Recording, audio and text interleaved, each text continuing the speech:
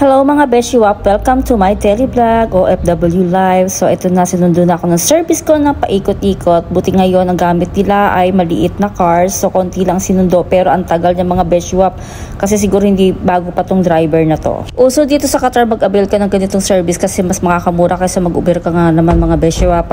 Door to door na yan, drop and pick up. Dahil nga hindi ako sa loob ng mall nagtatrabaho, so maglalakad muna ako para papunta doon sa aking workplace. Malapit lang naman, walking distance. Kayang-kaya naman, kaya lang mas sobrang mainit ngayon dahil summer.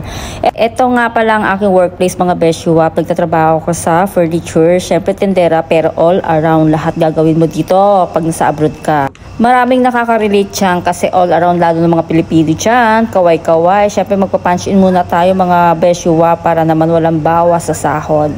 Kagaya nga nasabi ko, all around tayo dito. So syempre lahat gagawin mo, admin, maging admin coordinator ka, tindera ka, marketing, etc. Lahat gagawin mo alang-alang sa kumpanya at hindi ka mawalan ng trabaho para naman makapag-stay ka. Lalo na ngayon mahirap ang trabaho ngayon mga beshiwap, kaya aalagaan natin ang ating trabaho. Minsan nakakalito rin, hindi rin ako focus, minsan napapagalitan din ako, so wala namang perfecto.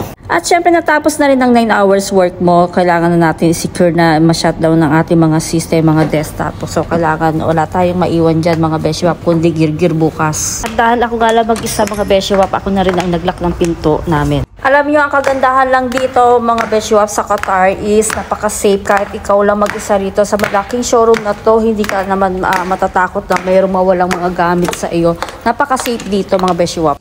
At syempre, it's time to go home. Last door na kailangan i-secure natin sarado. Sabi ko nga hindi ganun kalayuan ang aking workplace sa trabaho from mall. So, ang gagawin ko dito na ako dumadaan pa rin para malamig mga beshiwap dito sa Landmark Mall.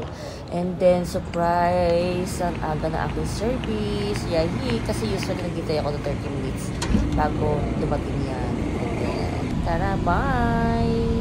Shout out kay Bike Tayo 7055. Thank you. Bye.